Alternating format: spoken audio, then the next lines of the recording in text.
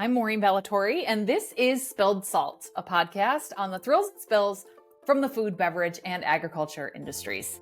Today's guest is Scott Meyer. Scott is an entrepreneur, educator, writer, dad, husband, and runner based in Fargo, North Dakota. I know Fargo because they're very well known in the agriculture world for a lot of their ag tech initiatives, but I'm talking to Scott today about AI. Scott is the co-founder of Chipp, and Chipp helps businesses get actual value from AI. They enable teams to build secure, white-labeled AI tools that connect with your workflows. And so we talk a lot on today's episode about what that means. How are businesses actually using AI in their day-to-day? What is possible? There's so many ideas that Scott drops in today's episode that left me. I took copious notes in this episode about how I can immediately apply some of these concepts to my business, and just an all-around great sharer of information. Scott explains things very clearly. And so my hope today is for you to listen to this episode and get a little bit of a better understanding of AI tools, how you can use them in your business and become more efficient, unlock new opportunities to continue to grow your business. Enjoy the conversation. Hey, Scott, how are you? Oh, I'm here. I'm so glad to be here. Excited. I didn't bring any salt, but glad to be a part of the show. Would have spilled it anyway. That's part of the, you would have had to clean it up. I love it.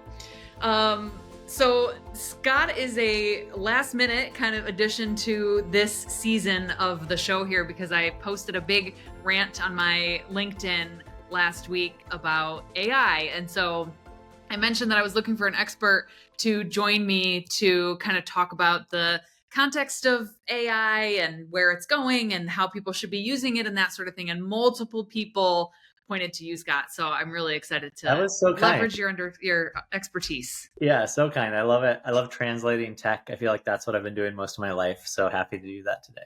Yeah.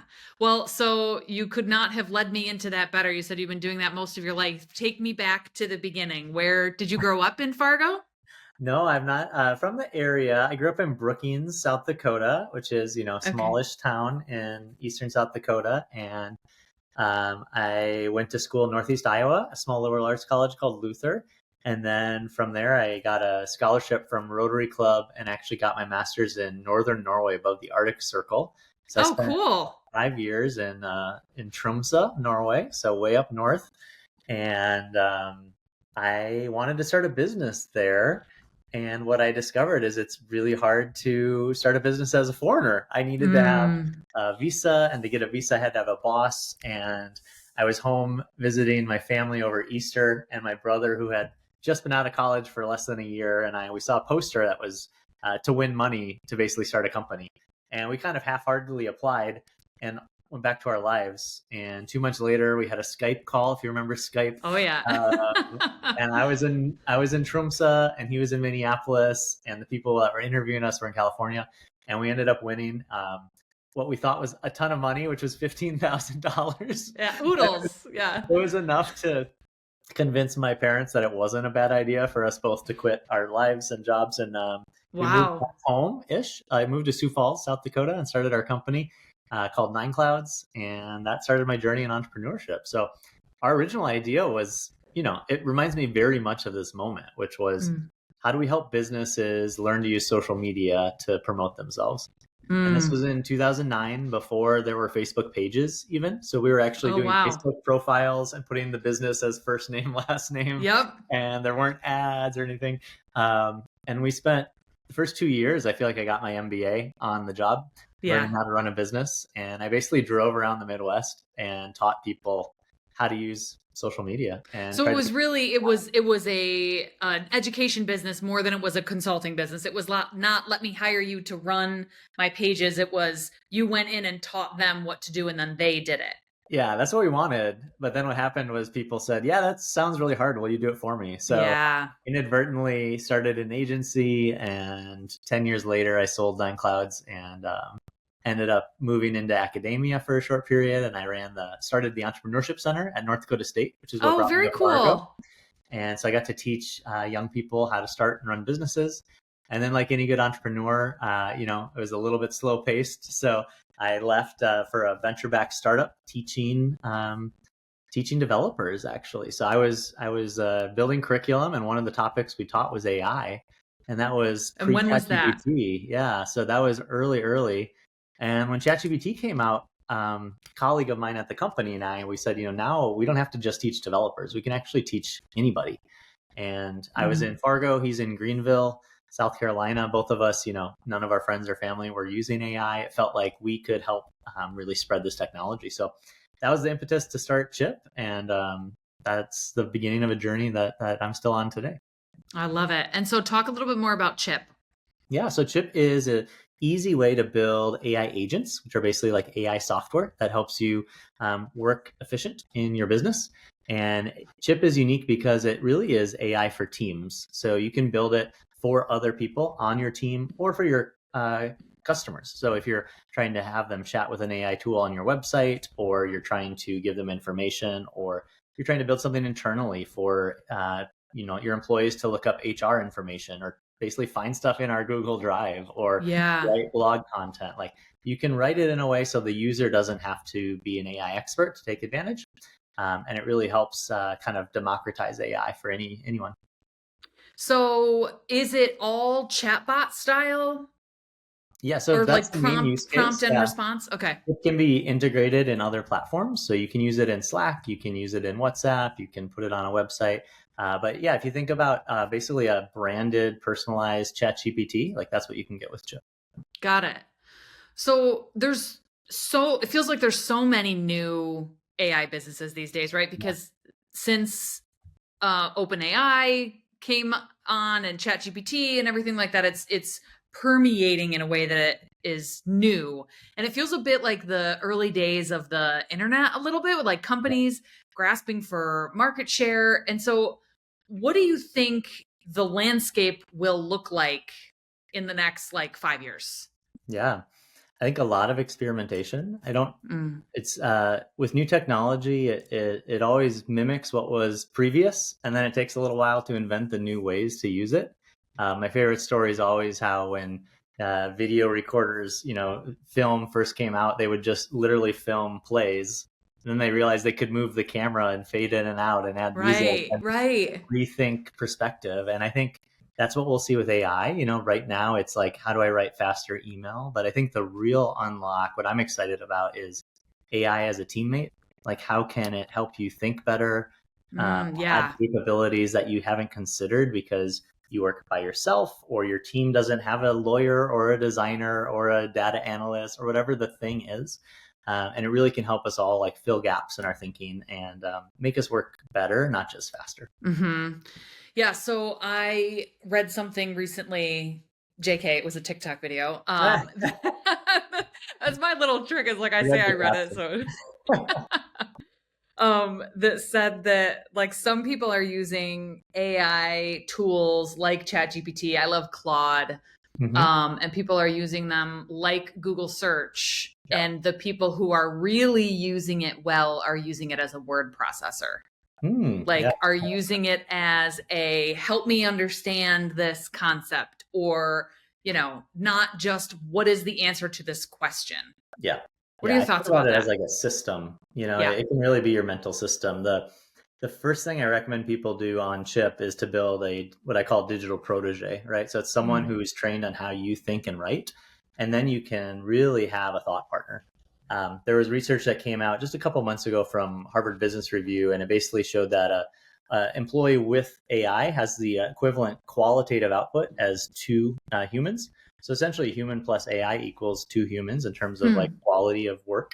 And I think that's a really good encapsulation that AI can be a thought partner, and the truth is a lot of us work after hours. We don't want to bother our colleagues. Like, you can be like my 3-year-old who just asks questions nonstop, and you won't annoy the AI. So that's a great solution for a lot of us. Yeah. And that's one of the ways that we use it in my family. Is I put on ChatGPT has an app that has a talk to feature. And so we just put it on, especially like longer car trips. We'll put it on in the car, and then the kids can just ask. They call it chat instead of, And then they'll just ask chat the wildest questions that they can think of, and they love it. And I love the idea of introducing them to a tool like that early on. They're 9 and 10, because I think that I'll speak from experience, right? I think I'm using it not as much as some other business owners, but I think I'm using it more than many Yeah. business owners are.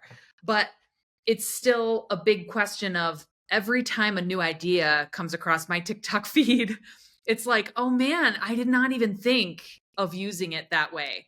Yeah. And I suspect that what you've built with Chip is one of those things too, where it's like, because the possibilities are endless, it's almost, what is the best way for a business to get started with building their own tool that allows them to make human plus AI equals 2 humans for themselves. So how do you problem solve that? How do you help a business determine what is the best way for them to make their own AI agent using Chip? Yeah. There's kind of 2 frameworks I think about. First, I call it the AI value pyramid, which is you want to use AI in ways that'll provide a lot of value, because then it's actually worth the hassle of changing how you work. Like one of the biggest problems we see is change management. It's really hard. And just getting people to open a new website, Totally. right, is different, is hard. So I often ask people, think about what takes a lot of time, what has a lot of impact, and what's not that hard to build or create. And a lot of times I'll even have them score those 3 things on a scale of 1 to 5. And just think about what you do in your day and, what takes a lot of time. If it takes a lot, it's 5. If not, it's 1. And come up with 5 to 10 ideas of like things you're doing. What if AI could do it? And what would the impact be? And what I typically see is people come up with, I can do faster email. And I think that's sort of the bottom of the pyramid. Yeah. But really, as you go up, it should be more about, I can unlock new revenue opportunities, and then ultimately at the top, unlock new business potential, right? So I can work faster, but I can maybe save money or make more money, or I can actually do something that wasn't possible before at the top of the pyramid.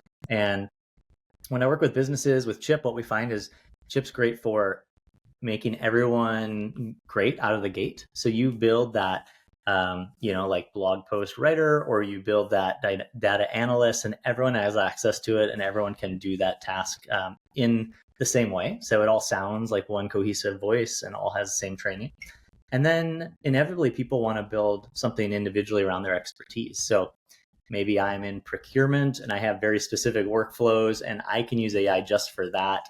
There's not a lot of people in procurement, and so AI is going to augment me substantially, but that agent's not going to help most other people. So I think there's kind of this balance of everyone should have a few key things, and then a few of them are going to be specific. And we think about like, what should everybody have? The 5 that we see the most are, first, the digital protege. So that's going to be your twin that helps you do things faster and think deeper.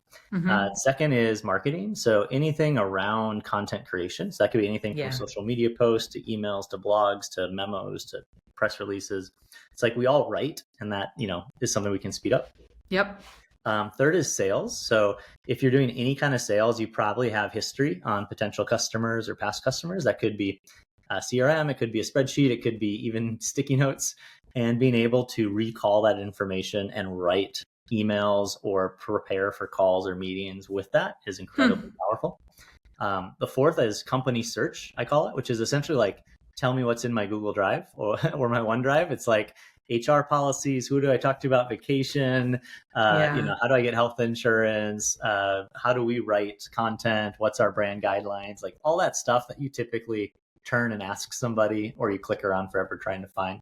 And then the fifth one that's most popular is like a data analyst. Like, how do I just talk to spreadsheets? And so those are like really common use cases, because most people have aspects of those in their job, regardless of what they do. Right. So the company search one, we keep all of our stuff on Google Drive, and so it is that hunt and peck in some scenarios of what you're describing really hits home.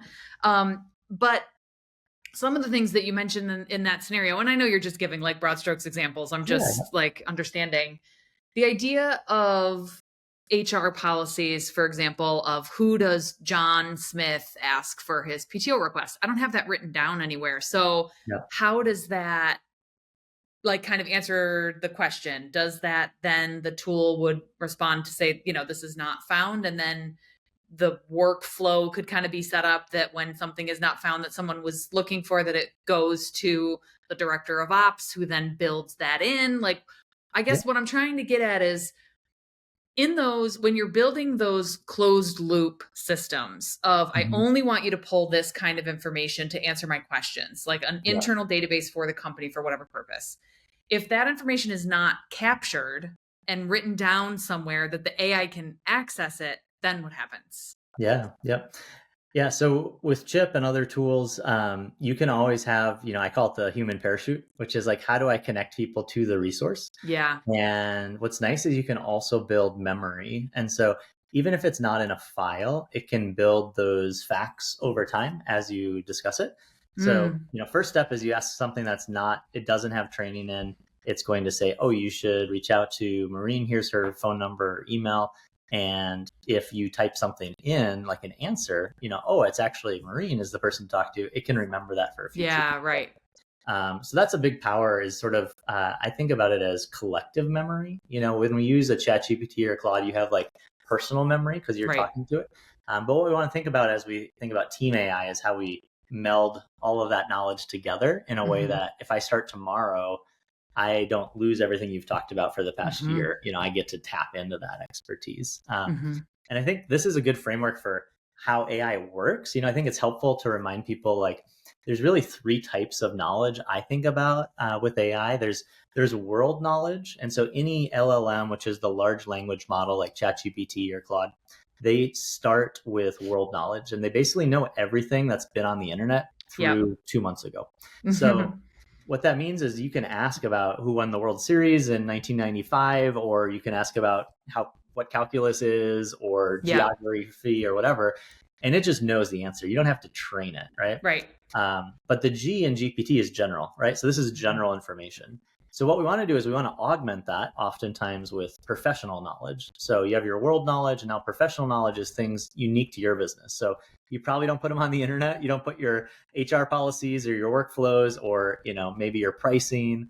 Those are things that you want it to know, but you don't want to tell other people. So you can add that into your own AI. And then I like to add in the third type of knowledge, which is personal knowledge. And that's, how does Maureen work, right? So I can ask world knowledge and augment it with my company professional knowledge, but then I also know that I want it in short bullet format, with keywords, and I always want it to be cheerful. And how do you work, right? And that's going to be unique to each individual. So you can kind of think about this either Venn diagram, or maybe it's like big concentric circles of, we want to keep getting specific. So not just general, but get specific. And then that makes it feel less robotic. So I think a big complaint with AI is like, you can tell it's written by AI, stuff like that. But if you train it on your company and then your individual, it's going to be a lot more useful and personal.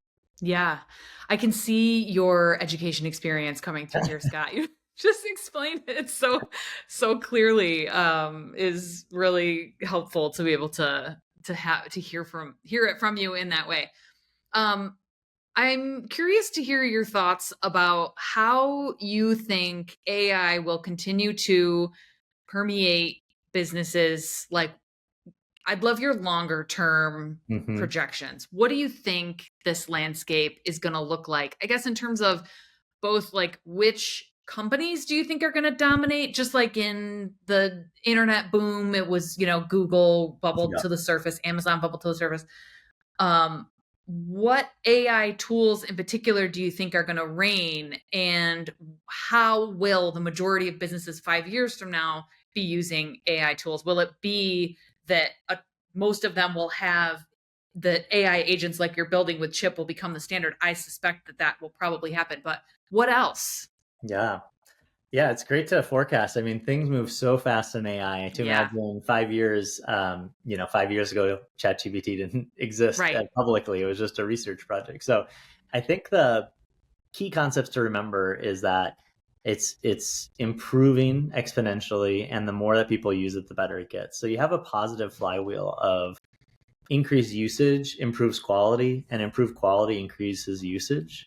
And so that's a really powerful dynamic where it's very similar to the more web pages get built, the more Google has Sure. and the better answers, and the more people build web pages to be found. And so I think the quality will be dramatically improving. And I find one thing really fascinating about that is, how are you unique in a world of AI?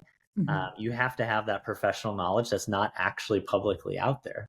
So I have some concerns that the open internet, as we know it, is probably a bit at risk, because you can imagine, if you're a financial analyst, why would you Right. publish anything that now every other financial analyst can get immediately?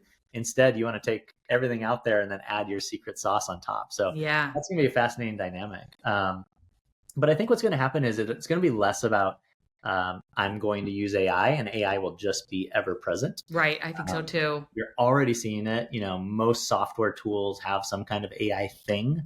And my take, and the reason why we're building Chip the way we are, is it's going to be more horizontal, where I'm not going to have an AI tool for HR and then an AI tool for marketing and then an AI tool for legal. It's like, you're going to want to go one place and ask, that one place all your questions. And that might go get expertise from other agents from other places. So I think what'll happen is, you'll have some consumer locations like ChatGPT. They could stop using ChatGPT as the large language model, and people would still go to ChatGPT, right? It's like, almost doesn't matter what's under the hood. So I think my prediction is that there's going to be more specific large language models with expertise, but you're going to have a few aggregated places that will then tap into all those different expertise. Sure. Got it. But I think, man, what else? I think it's going to change like what's possible. Like I said, I think right now, a lot of times it's, how do we do what we've been doing faster? But I think there's going to be new ways of working or thinking that we haven't, considered. Much like, we wouldn't have thought about, I could call a taxi from my phone, right? Yeah. Like, that took a while, even though we had all the pieces were there for years. And then someone's like, oh, we could actually connect this. So I think the physical and AI will be very interesting when we can use AI to do things in our house, with robotics in warehouses, with mail delivery, with drones. Like, a lot of interesting things happening right now in Ukraine with AI, right? And then you think about that, there's the military aspects, there's the business aspects, there's personal life. I love the quote that, I want AI to do laundry and dishes so I can do art and writing, not AI to do art and writing, so I have to do laundry and dishes. So my hope is AI continues to do the things that are hard. I often say AI is great at what you hate. And I think that if we can find those things that are painful for us, that's a good application. So I'm overall optimistic. I think what I've noticed is, like, it's actually been slower to be adopted than I expected. Oh, really? And I kind of underestimated that you have to be curious, right? And some people just aren't asking questions. It's like, AI is there and you can ask and figure things out, but you still need that drive, right? You still need to want to do that. That's like learning, right? Like, right. You have to want to learn for it to get in your brain. I can't just force you to want to learn. And so, well, and I think the other piece for me that always comes up when I'm speaking to agricultural audiences in particular about leveraging AI tools is that you, at this point, and maybe well into the future, you still have to use your human brain, right? Even if human plus AI equals 2 humans, you still it still requires the human component, right? Yeah, totally. Both from the, what is my input, and am I truly understanding the output and applying it to my framework of understanding. So I love that one of your comments there was the idea of unique knowledge. What is the unique spin that I'm putting on this? But also from the perspective component of, based on what is coming out, what does that make sense in the framework of your own understanding that aligns with what you put in to get that output? Yeah, there's some recent academic research that showed that older people, we can say more experienced people, were actually better at using AI. Oh, really? And I love that, because I think what it showed to me is that you have to know how to ask the right questions. Yes. And I think the example is, like, if you want AI to create a painting like Picasso, but you don't know who Picasso is, like, how do you describe that? Yeah, right. And it's like, if you're an agriculturalist and you want to talk about, some soil disease, I don't know, some issue that you're facing. Like, obviously I don't have the words for it. Like, I can't even ask AI for help, but an agronomist would be able to say the exact, soil type and fungus and this and get a much better answer. And so, good questions give good answers. And the truth is, expertise often leads to good questions. So I think one of my biggest worries is, how do people get that expertise in the future? Because there is not a big difference between a recent college grad and an AI. I think there's quite a bit of difference between a 10-year vet and AI for the reason we just talked about. So who's going to give those young people a chance to build their muscles and knowledge? I think that'll be important to figure out. Yeah, I think that's well said. I love that concept. Expertise leads to good questions. The other thing that I think about too, as it relates to all aspects of businesses using AI, and this concept too that we're talking about of what you put in and what you get out, is the concept of privacy, right? Yeah. Especially as it relates to, you mentioned that most tools have an AI thing, which is true, right? My Google, when I Google email, when I go to write an email, it's suggesting the end of my sentence, and it's asking me if it wants me to if it can rewrite it for me. Like, no. But also it like you said, it's ever present. It's permeating these tools. So from a privacy standpoint, how does a business protect themselves from holding on to the information that they want to protect from? You talked about those 3 types of knowledge, with world and professional and personal. How do I make sure that my business knowledge does not become world knowledge? Yeah. With AI privacy, I think about it, again, I kind of think about like a pyramid, like what you share with an AI. Well, let's step back. So when we think about privacy, the best thing businesses can do is the easy thing, which is just talk about it. So I always say that FOMO is often greater than FOMO. So like, the fear of messing up, it outweighs the fear of missing out. Sure. And so your employees won't use AI if they think they might get in trouble. So if they're scared that their boss doesn't want them to, or they're going to share customer data and they don't want that to happen, legal compliance, like, they just won't do it. So what you need to start with is just, here's our best practices. Like, we don't upload anything from this folder. We don't upload these things. And that's going to solve 80% of the issue and concern. But then the second level is thinking about, how do we make sure our data is not put into the machine to be added in the future? And a couple solutions to that, like you can always turn that off if you have a paid plan. And so if you're using a public large language model like OpenAI, you can shut it off in the settings, but it's on by default. So it's important to know that. Claude deletes it after 30 days. So it gets uploaded and then gets removed. And then you can also select something that, Chipp offers this, which is running AI in your own infrastructure. So in that case, when you upload files, it stays in your cloud and doesn't go to what we call a public LLM, a large language model like OpenAI. Instead, it's an open source LLM that's in your cloud. So just think about it like it's your own computer instead of sending it to, a group computer. And there's kind of 2 pieces to that. It's both the files, but then it's also the conversation, right? So it's the actual document you might not want. And then there's also like the things you go back and forth on in the conversation you might want to keep private. So it's all possible. Most people are okay just not uploading stuff and making sure it's shut off. Some people want to save the files locally, and they're okay if the conversation is with the public LLM. And then some organizations, especially healthcare, finance, some education, can't share anything. Right. So it might not even be their choice. It might be compliance. So those are usually the 3 things I think about, is just have best practices, and then think about file storage, and then think about conversational safety. And that sort of dictates how much work you're going to put into like ensuring privacy. But it sounds like that's one of the big benefits of Chipp too, right? Is that you can create this closed system of, okay, AI brain, this is what you know, and this is the information you pull from to answer these questions, so that it is all closed. But then can you sort of create this, like, is it also pulling from that world data? I guess you can build it however, right? Yeah, exactly. So we help businesses do this often, where they have the world data, but we're not sending anything out, right? So think about the world data, like the Encarta CD you used to put in your computer. Like, I can ask Encarta anything, and it has it. It's not going to get new stuff, but it has up to that date. But then I can add to it in a way that's not being sent back to Microsoft or whoever made Encarta back in the day. So yeah, we do that a lot for like venture capitalists, financial companies. They have company data, financial records. They can't share it, but they want to work smarter, right? They want to ask good questions and get good output. So let's take the power of AI, put it into our own cloud, and then nothing is sacrificed privacy wise. Yeah.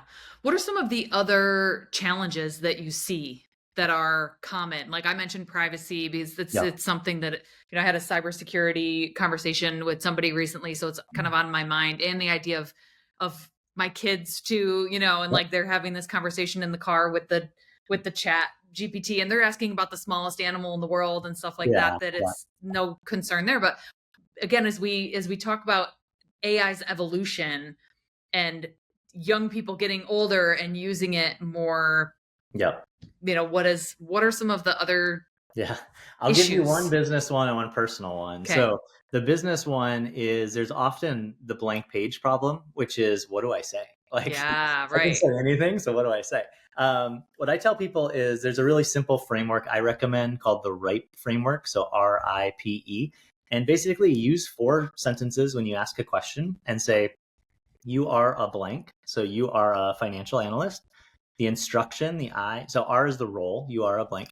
I is the instruction, so your job is to find trends and key facts from a spreadsheet.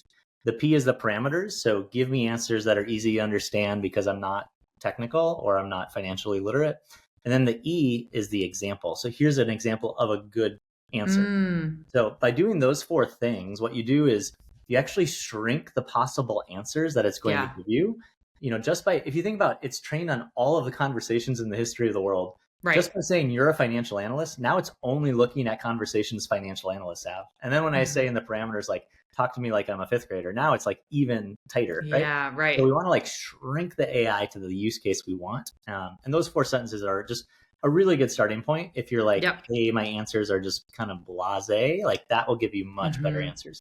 I'd say of those 4, the most important is the example, which is kind of wild. So if you just give it an example, like, talk to me about this spreadsheet. Here's an example of what my financial advisor tells me. It will pick up on so many things from that example, like the words it uses, the writing level, the spacing, the emoji use, the level of analysis, right? And it can extract that for its future answers. And we don't even know how to articulate it. So that's kind of interesting to say, here's a blog post I wrote in the past, or here's a YouTube that I like somebody else made, or here's a podcast that I enjoy. And it'll find things from that podcast. And when you put in your script, it'll convert it into their style for you. So, oh my God, you're blowing my mind because these little examples that you keep sharing are just, it's like, oh man, I could be using it like that. Like I'd love to read. And, I'm constantly looking for, I read sci-fi books. And so there's not a lot of, it's not something that a lot of people read, but there's some that I really love. And I'm always looking for more like this. And the recommendations from whatever that are like built into Amazon are only so good because that data is based on certain parameters too. And so it just, again, it goes back to what we were talking about. The idea of how people are going to use this is just going to continue to change and evolve as they understand how to use it. And that's the number one piece of advice. If I consult with a business, the first thing I tell them to do is to have lunch. And by that, I mean, you need to have a lunch and learn. Because people in your company are already using AI. Like the stat that blows my mind, about 55% of Americans use AI every week, and only 7% of businesses say that they use AI, which is obviously a lie because 55% of people are using AI. So it's like, it's happening and the business is not getting the benefit. Like they don't know what people are doing and thus they can't tell others. So I call this the AI geyser, which is basically there's tons of ideas that your employees are doing on the front line, your secretary, your marketing advisor, your salesperson. You need to share those. And a few of them are going to be valuable and you can spread them out to the whole org. So I tell people meet once a month, twice a month, just ask people, hey, what prompts have you used, right? It doesn't even have to be crazy technical. It's like literally, what did you type in? I've done some consulting where we have everyone do 3 for their own job. And then we share that out to the whole org. And then they have, 50 to 100 use cases immediately ready that are tested and proven. So it's probably already in your company. Like it's not a new skill. There's going to be some early adopters, some curious people, and then they can help kind of train. So that's how I would solve that. I can go to the weird personal one if you want, my concern about AI. So I'm also a parent of 4. And in the last couple of months, I've been convinced that I think by the end of 2030, 5 years or so, I think probably 10% or so of people will have an exclusive relationship with AI. I am watching how What do you people mean? What do you mean by that? I mean that we're on this trend of echo chambers. You used to meet people at the bar, and then it was online dating and swiping, and now it's just locking into OnlyFans or some kind of crazy stuff online. And there's not much further to go where I have a relationship with a AI that answers exactly how I want, treats me exactly how I want, Wow. gasses me up, right? And I think the interaction of AI plus robotics plus augmented reality is going to be really weird. And as a parent, I'm really frightened. Yeah. And, you think about the ability for image generation, video generation, Yeah, and voice right. generation. Like, I don't think we're quite ready for it. And, I'm worried that people will retreat more. It's not just video games. It's not just movies. It's not just, being online or on your phone. Now it's like literally I can get what I think is a relationship through an AI, and then I don't connect with my community. And that has a lot of implications that we've already seen, I think. But I think it'll just get worse. So I worry about that as a parent. I don't have a solution for that one. Yeah. But that's the weird prediction if you want a crazy one.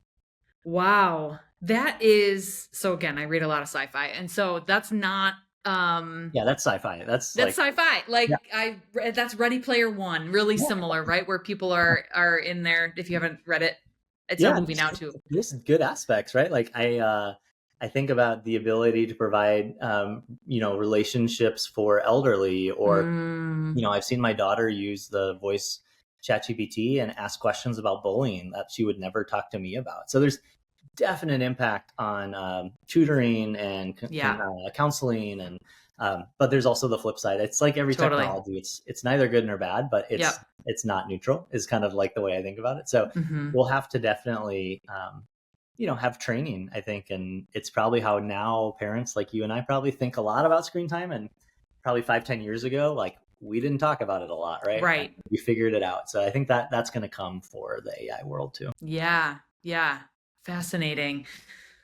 Yeah, I worry. I definitely worry about that as a parent, but not in a not, which I think is healthy, right? Not in a stay far away, don't go there kind of thing, but the idea of how can we safely understand what this is and isn't, and that sort of stuff. But it's even, even when I personally come across content on social media, I am more frequently now asking myself, like, is this real? Is this I've heard some people say, which I think this is a little sad, but maybe true, is maybe it's better if everyone just assumes everything's fake. You know what I mean? Like, we're getting to that point where it's almost better to do the opposite, right? And figure that nothing's real.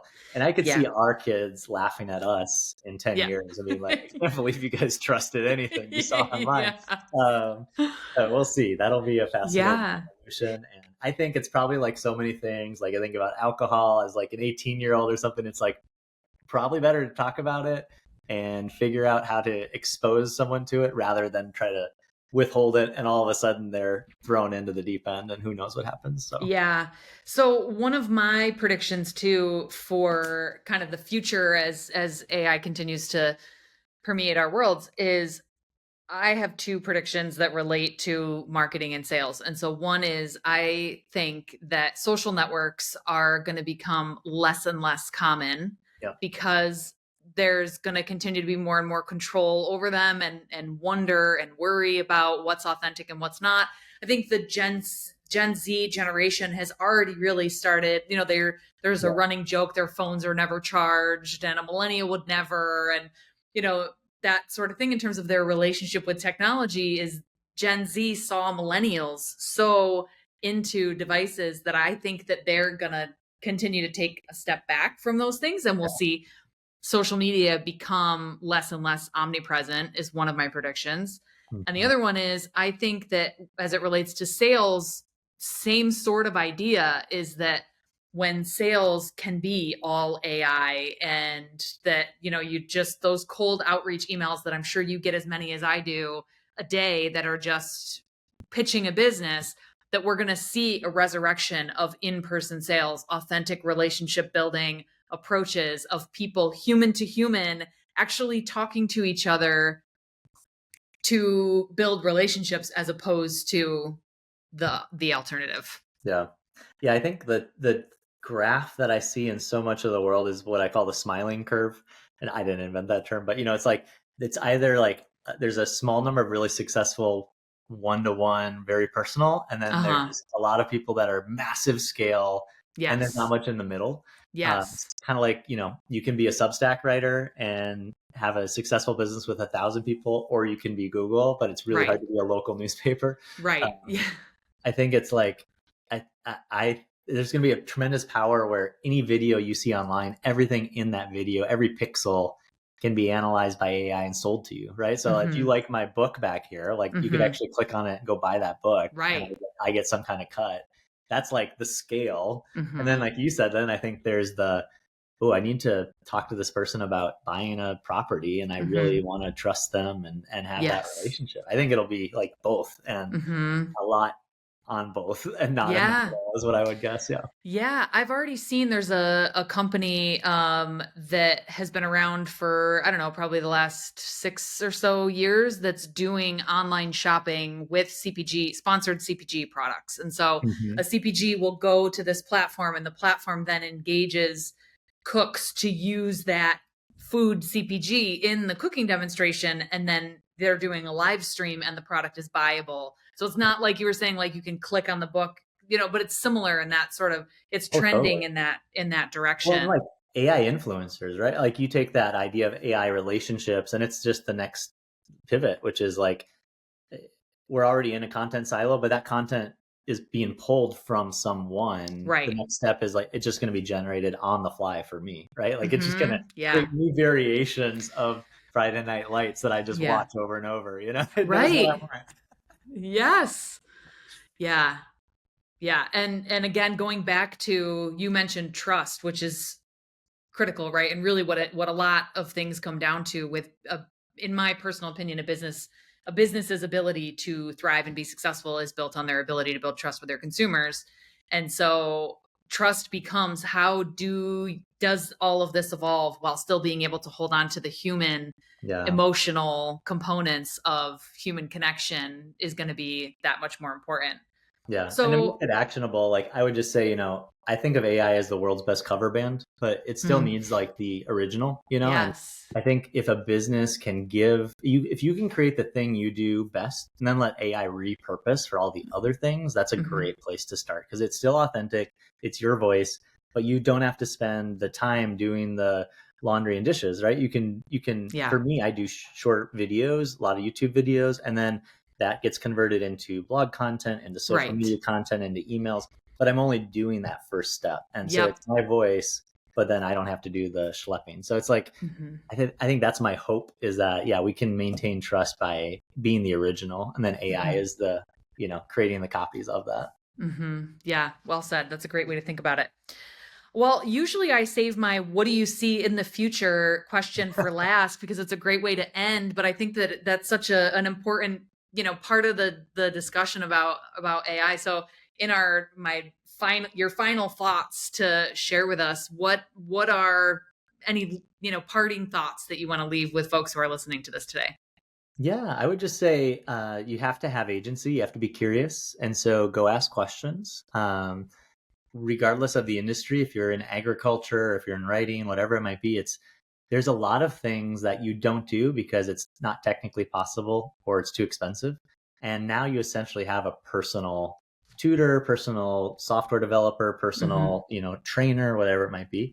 Um, AI is the second best option. If you have an in-house lawyer, yeah, talk to them. But Right. most of us don't have an in-house lawyer, in-house copy editor, in-house designer, whatever. Yeah. So use AI as the second best option. It can fill your team, and that's a great thing. We know that great ideas come from lots of ideas, and AI is not an answer machine where you pull it and get the right answer. It's an idea machine. Mm. I often tell people you have to have an AI sandwich approach, which is it starts with the human, you're the bread, and then AI does something that's like the meat and cheese, but then it's still the human on the bottom to pick the answer and improve it. And then maybe it's a club sandwich. You ask another question, you keep going back and forth. But so it's still a human-led process. And especially right now, people are talking about AI agents, but I'm in the world, I'm building agents for people, and it's a ways off yet. I think there's so much ability to work smarter by augmenting your work with AI. So if people want to do that on Chipp, it's chipp.ai.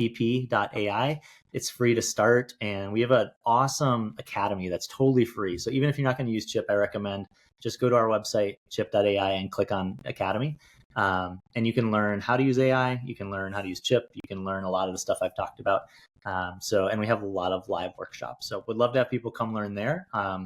Yeah, I mean, are those live workshops in person or virtual, Scott? Both, yeah. So we have actually what we call Chipp chapters around the world. So people do live meetups. So we have Fargo AI every second and fourth Tuesday of the month right now in Fargo, as well as like every Thursday we do online workshops. And if you're in Johannesburg or Buenos Aires or Guadalajara, Mexico, you can go to an in-person event led by a Chippster, we call them. So I would love to have people learn because, I would say looking back, like going to the start of the conversation, I've spent most of my life connecting people with technology, explaining how this could be helpful.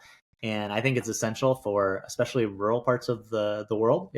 If you lack labor, you lack specific talent, AI fills it, right? And so now you can actually be in Fargo or Fresno or the Philippines and augment your talent to do what you want. So I think that's a hopeful message for those of us in, the upper Midwest or in smaller communities is you might not need to move to the metro to get that talent because now you can access it. So I hope people use this as a way to learn and to explore. And I'm glad your podcast is helping them do that as well. Yeah, thank you. And I am glad that you are taking this on because you clearly have a talent, like I said, for educating and syndicating information in a way that's easy to understand and doesn't feel scary. Although the relationship thing for the future is a little scary for our kids' future, but put that one to the side. But aside from that, I love your hopeful mindset and your realistic approach to all of that too. Yeah. So thanks for joining me today. I appreciate it. Great to be here. Thanks, everyone. Thank you. Thank you for listening to Spilled Salt. I'm your host, Maureen Ballatori. Spilled Salt is an Agency 29 production. Agency 29 is a brand building firm for food, beverage, and agriculture brands. Learn more at agency29.com. For more information about the podcast, visit spilledsaltpodcast.com. Use that website to send me questions or recommendations for future guests. I always love hearing from you. Spilled Salt is available anywhere you enjoy your podcasts. Please like and subscribe so you never miss an episode.